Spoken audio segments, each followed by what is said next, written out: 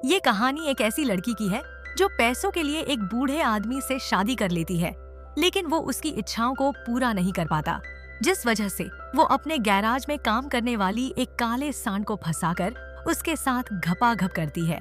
यही हम इस वीडियो में देखेंगे। कहानी बहुत ही मजेदार है, तो आप पूरा वीडियो को देखें। उससे पहले चैनल को सब्सक्राइब करें। मूवी के शुरुआत में हम माइक नाम के एक आदमी को देखते हैं। वो जॉब के लिए एक बड़े शहर में आता है। माइक एक मैकेनिक होता है और उसे किसी भी प्रकार की गाड़ी ठीक करना आता है। इसके बाद माइक एक गैराज में जाता है, लेकिन यहाँ आने पर उसे ये मालूम चलता है उसने यहाँ आने में काफी देर कर दी, इसलिए उसे ये नौकरी नहीं मिल सकती। अब वो काम की तलाश में यहाँ वहाँ भटकने लगता है, लेकिन उसे कहीं भी काम नहीं मिलता। इस नए शहर में माइक के पास कोई घर भी नहीं था, इसलिए वो थक कर सड़क के किनारे बैठ जाता है। थोड़ी देर बाद हम निक नाम के एक आदमी को देखते हैं जो इसी रास्ते से जा रहा था, लेकिन तभी एक चोर आकर उस पर हमला कर देता है और इन दोनों के बीच लड़ाई होने लगती है। माइक वहीं पास में ही आराम कर रहा था और जब माइक ये सब देखता है तभी वो दौड़ता हुआ आता है और उस चोर से फाइट करके उसे भगा देता है। थोड़ी देर बाद पुलिस भी यहाँ पे आ जाती है। निक पुलिस को अपना बयान देता है, तभी निक की वाइफ जेनी भी यहाँ पे पहुँच जाती है। निक देखने में काफी बूढ़ा था, लेकिन उसकी वाइफ जेनी काफी जवान होती है। यहाँ निक जेनी को माइक से मिलवाता है और उसे बताता है कि कैसे माइक ने उसकी जान बचाई। इसके बाद ये दोनों माइक को थैंक्स बोलते हैं और फिर जब माइक यहाँ से जा रहा था तभी निक उसे आज रात डिनर के लिए इनवाइट करता है और माइक भी मान जाता है। इसके बाद हम माइक को निक के घर पे देखते हैं। डिनर के बाद माइक निक से कहता है, मैं एक मैकेनिक हूँ और मैं काम के सिलसिले में आया था, लेकिन मुझे कोई भी काम नहीं मिला है। निक उससे कहता है, मेरा भी एक गैराज है और मुझे भी एक मैकेनिक की आवश्यकता है, इसलिए अगर तुम चाहो तो मेरे गैराज में काम कर सकते हो। माइक के पास कोई काम नहीं था, इसलिए वो निक के ऑफर को एक्सेप्ट कर लेता है। फिर अगले दिन निक माइक को लेकर अपने गैराज में जाता है और उसे उसका काम समझाता है। यहाँ एक कार होता है और माइक से कहता है, ये कार मैं अपनी वाइफ जेनी के लिए बना रहा, लेकिन मुझे इसका कार्बोरेटर नहीं मिल रहा, इसलिए वह माइक से कार्बोरेटर ढूंढने को कहता है। माइक यहाँ मन लगाकर काम करने लगता है। वह गैराज के सारे कामों को कर रहा होता है, लेकिन तभी हम देखते हैं जेनी छुपकर माइक को देख रही होती है। जेनी का ऐसे देखना माइक भी नोटिस कर लेता है और जेनी को देखकर वह समझ जाता है वह उसकी ओर अट्रैक्ट हो चुकी है, इसलिए माइक को जब भी मौका मिलता है तो वो भी जेनी को देखा करता है। काफी दिनों तक ऐसा ही चलता है, लेकिन एक दिन जेनी माइक के पास आती है और उससे कहती है, तुम मुझे ऐसे नहीं देख सकते, वरना मैं तुम्हें काम से निकाल दूंगी।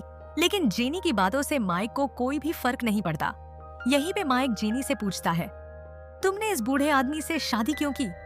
इस पर जेनी माइक से कहती है, हम एक दूसरे से बहुत प्यार करते हैं और इसलिए हम दोनों ने शादी कर ली।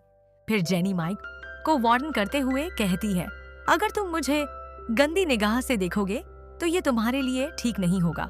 और ये कहकर जेनी यहाँ से चली जाती है, लेकिन इसके बाद भी माइक उसे घूरना बंद नहीं करता। फिर एक दिन जब निक और माइक बैठकर ड्रिंक कर रहे थे, उसी समय माइक आइस लेने के लिए किचन में आता है। किचन में जेनी भी होती है। माइक यहाँ पे जेनी को देखकर उसके करीब आने की कोशिश करता है और इस बार जेनी भी उसे नहीं रोकती। फिर अगले दिन हम निक को देखते हैं। वो गैराज में आया हुआ था। यहाँ पे माइक उससे कहता है उसने उस कार का कार्बोरेटर ढूंढ लिया है। ये सुनकर निक काफी खुश हो जाता है और तुरंत ही कार्बोरेटर लेने के लिए वहाँ से निकल जाता है। निक के जाते ही माइक जेनी के पास आता है और फिर दोनों जमकर घपाघप करते हैं। अब इन दोनों के बीच अफेयर शुरू हो चुका था। थोड़ी देर बाद निक वापस आ जाता है और कार्बोरेटर लगाकर कार को ठीक कर लेता है। इसके बाद वो उस कार को लेकर ड्राइव पे निकल जाता है। तभी जेनी आकर माइक से कहती है, हमारे बीच जो भी हुआ वो केवल एक गलती थी और मैं ये गलती दोबारा करना नहीं चाहती, क्योंकि मैं अपने हस्बैंड को धोखा नहीं दे सकती। उसी रात हम माइक और निक को एक साथ देखते हैं। यहाँ पे निक काफी ज्यादा पी लेता है और पीने के बाद यहीं पे सो जाता है। इसी बात का फायदा उठाकर माइक जेनी के कमरे में आता है और ये लोग जहाँ पर फिर से टपाटप करते हैं। यहीं पर जेनी माइक से कहती है, अगर मेरे पास बहुत सारे पैसे होते तो मैं अपनी पूरी जिंदगी तुम्हारे साथ बिताती। फिर अगले दिन हम निक को देखते हैं। माइक को लेकर एक गांव में आता है। यहाँ पे वो माइक से कहता है ये जमीन मेरी है और जल्दी इस जमीन की कीमत बढ़ने वाली है क्योंकि जल्दी इस जमीन के किनारे हाईवे बनने वाला है। फिर निक माइक से अपना प्लान बताते हुए कहता है, मैं यहाँ पर मोटर रेसिंग स्टेडियम खोलना चाहता हूँ और अगर मेरा प्लान कामयाब हो जाता है तो मैं बहुत सारे पैसे कमाऊंगा। फिर अगले दिन माइक जेनी को लेकर यहाँ पर आता है और ठीक उसी जगह पर खड़े होकर निक्स का सारा प्लान जेनी को समझाता है।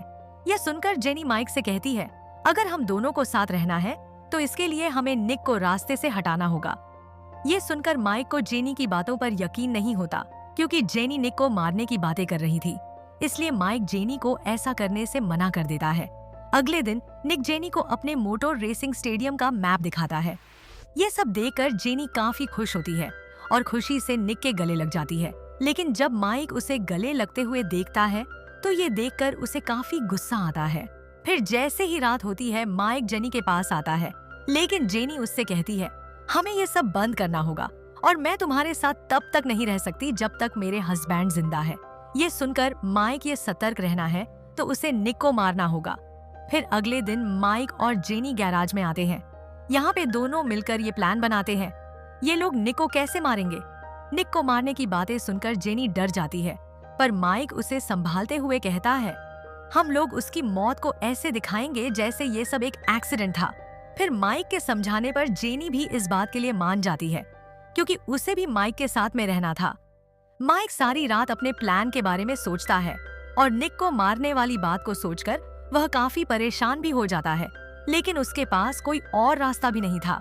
फिर अगले ही दिन यह लोग अपने प्लान को अंजाम देते हैं और निक को गैराज में ले आते हैं। तभी जेनी भी वहां पर आ जाती है और एक लीवर को खींच देती है जिससे पूरी की पूरी गाड़ी निक के ऊपर गिर जाती है और यहीं पर निक की मौत हो जाती है। इसके बाद माइक जेनी से सुपरमार्केट जाने को कहता है। वो उससे कहता है, तुम यहाँ से चली जाओ, मैं सब कुछ संभाल लूंगा। लेकिन जाने के टाइम जेनी के सैंडल में खून लग जाता है, इसलिए वो अपने सैंडल को रास्ते में ही फेंक देती है। इसके बाद जेनी सुपरमार्केट पहुंच जाती है। सुपरमार्केट से वो काफी सामान खरीदती है, लेकिन तभी उसके पास पुलिस का कॉल आता है। कॉल आते ही जेनी भागते हुए घर पे आती है और यहाँ आकर पुलिस से मिलती है। पुलिस वाला उसे बताता है एक एक्सीडेंट में निक की मौत हो गई। ये सुनते ही जेनी रोने का नाटक करती है ताकि पुलिस को उस पर शक ना हो। इधर हम पुलिस वाले को देखते हैं जो कि अपने पार्टनर से बातें कर रहा था क्योंकि उसका शक माइक और जेनी पर भी होता है।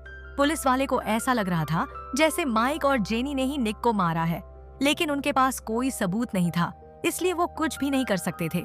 इधर माइक और जेनी मिलकर उस सैंडल पर खून लगा था, इसलिए ये लोग उस सैंडल को जला देते हैं। थोड़ी देर बाद पुलिस भी छानबीन करने के लिए आती है, लेकिन ये लोग तब तक सारे सबूतों को मिटा चुके थे, इसलिए पुलिस को कुछ भी नहीं मिलता है। फिर अगले दिन डिटेक्टिव माइक से पूछताछ करने के लिए आता है। तब माइक उसे बताता है गैराज का लीवर काफी पुराना था, जिसकी वजह वो टूट गया और दबने की वजह से निक की मौत हो गई।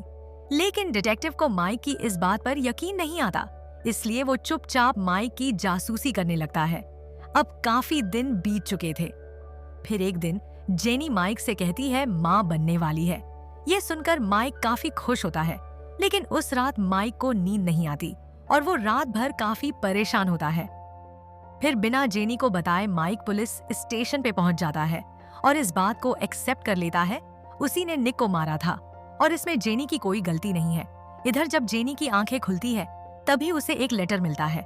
लेटर पर माइक ने लिखा था, जब मेरा जन्म हुआ था तभी मेरे माँ बाप जेल में थे और मैं ये नहीं चाहता मेरा बच्चा भी जेल में पैदा हो, इसलिए मैंने खुद को पुलिस के हवाले कर दिया है। इसके बाद हम काफी समय बाद का टाइम देखते हैं। अब निक का ड्रीम मोटर स्टेशन बनकर तैयार था और इस पूरे बिजनेस को जेनी ही संभाल रही थी और इस बिजनेस में जेनी को काफी फायदा भी हो रहा था। वहीं दूसरी ओर हम माइक को देखते हैं, वो जेल में ही होता है और जेनी अक्सर उसे अपने बच्चे की फोटोज भेजती है, जिसे देखकर माइक मन ही मन खुश होता है। फिर हम देखते हैं कि जेनी के पास एक उसका असिस्टेंट आता है जो जेनी को फोटो देता है। यहाँ हम सभी को पता चलता है कि जेनी प्रेग्नेंट ही नहीं हुई थी, ये बच्चा तो उसका असिस्टेंट का होता है। फिर हम जेनी पास एक लड़के को देखते हैं और ये वही लड़का था जिसने शुरुआत में निक पर हमला किया था, क्योंकि शुरू से ही जेनी और इस लड़के का अफेयर चल रहा था। और इसी के साथ यहीं ये मूवी खत्म हो जाती है। आपको कहानी कैसा लगा? अच्छा लगा हो तो वीडियो को लाइक एंड कमेंट में जरूर बताएं। मिलते हैं अगली वीडियो में। तब तक के लिए गुड बाय।